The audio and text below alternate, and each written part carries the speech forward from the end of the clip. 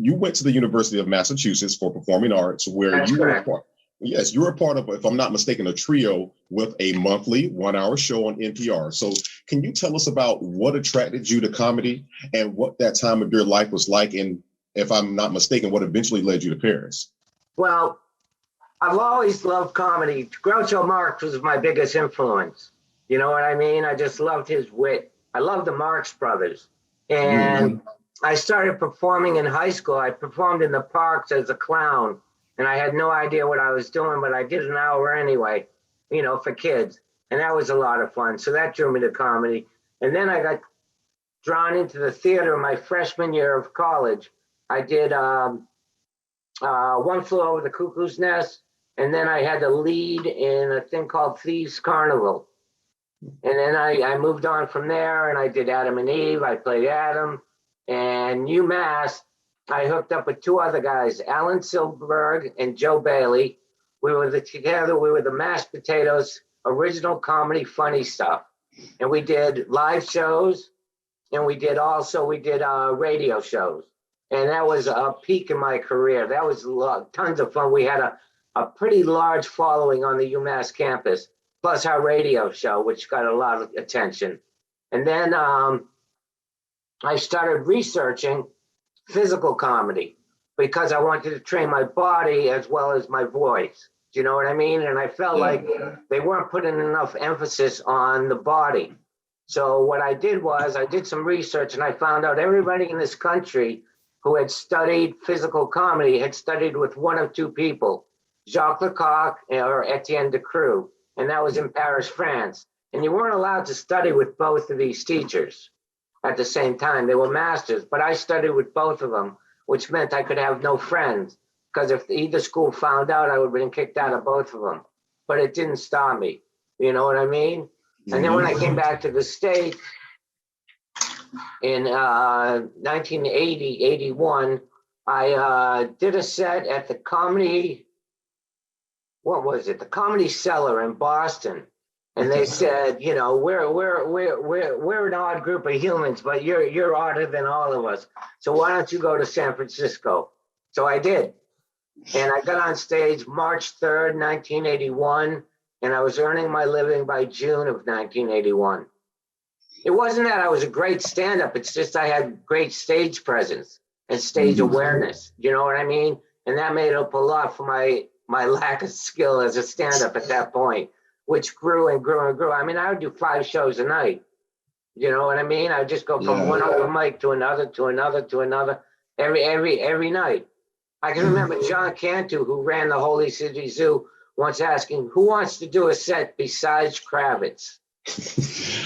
I'm listening to you say all of that, but what I'm hearing is this all goes back to those times where you're performing those 1 hour shows in the park when you're dressed up as a clown, because you take something from each one of those things. And like you say, you studied with the two guys abroad, which you weren't supposed to do. But like you say, now you're being brought on for your stage presence. So as you just added to the layers that you already had, is what it sounds like. Right. Exactly. And you know, there's nothing more pure than a microphone, and you have nothing but your wit. It's an empty stage that you have to fill up, and you have to, you know, like I learned early to, when somebody said, you know, good set, whether I felt about it, how I felt about it or not, I would always say thank you and I'm glad you enjoyed it, and leave it at that. You know, I didn't say, well, you know, I booted this joke, or I was off on that joke, or whatever. I would just say thank you, I'm glad you enjoyed it, and leave it there. And then things progressed, and I ended up with the Outlaws, and we played Madison Square Garden. We played the Main Room at Caesars. We played the Dunes Hotel when it was still in existence. We did 18 shows in 1 week. We did 5 on Saturday, and by the 5th show, I was a little under the weather, let's say. I was a little toasty, and I told the same joke 3 times in one set, and I couldn't figure out why it wasn't getting a laugh. It just stumped me. You know, I was completely baffled by it until later somebody pointed out, well, you told that joke 3 times. So. Well, it's because you didn't laugh the first 2 times. Yeah. Well, you know, I have no idea why or what was going on in my head, though. You know, I was certainly under the influence. I've been on stage a few times, and it's weird what happens, how you can kind of it's kind of like blacking out, and you come off the stage, you're like, what the hell just happened up there? Well, that's because if you like that, that's because you're absolutely in the moment. If you're in the moment, you know, nothing can go wrong. Everything is right if you're in the moment. The trouble is, once you realize you're in the moment, you're not in the moment anymore. Yeah. Yeah. You I know. It's interesting when you, I wonder if this was your experience with being a clown. It's like my mom was a professional clown for a good portion of my younger years. And it's funny that people always say like, oh, clowning around, like not being serious. But from, at least from my experience with her, it's like it's a very serious craft to it. And like she had to go to school and be trained, and there's an etiquette, and you never refer to yourself when you're not in makeup, or you're never to be half seen or anything like that. Right. Was that your experience? Like it being my experiences was there was no makeup, just the red nose. And when you think about it, you're actually a clown when you're doing stand-up. You're just not wearing any makeup or a nose. You know, I mean, it's the same thing. You're just entertaining and making people happy and making people laugh.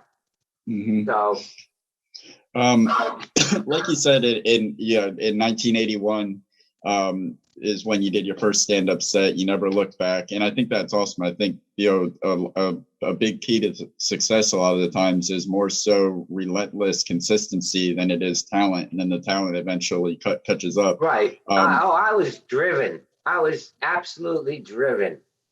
That's what I was going to say. It sounded like your path was pretty intentional when you got on stage that first night. It didn't seem like you were just trying something. It seems like you had some kind of goal in mind that this was going to be the thing that you did. Right. I had tunnel vision. I mean, I was totally into it. You know what I mean? Yeah. Absolutely. That's why I have to be very careful about something that I'm willing to become excited about, because once something bites me, it swallows me whole. Right. I agree.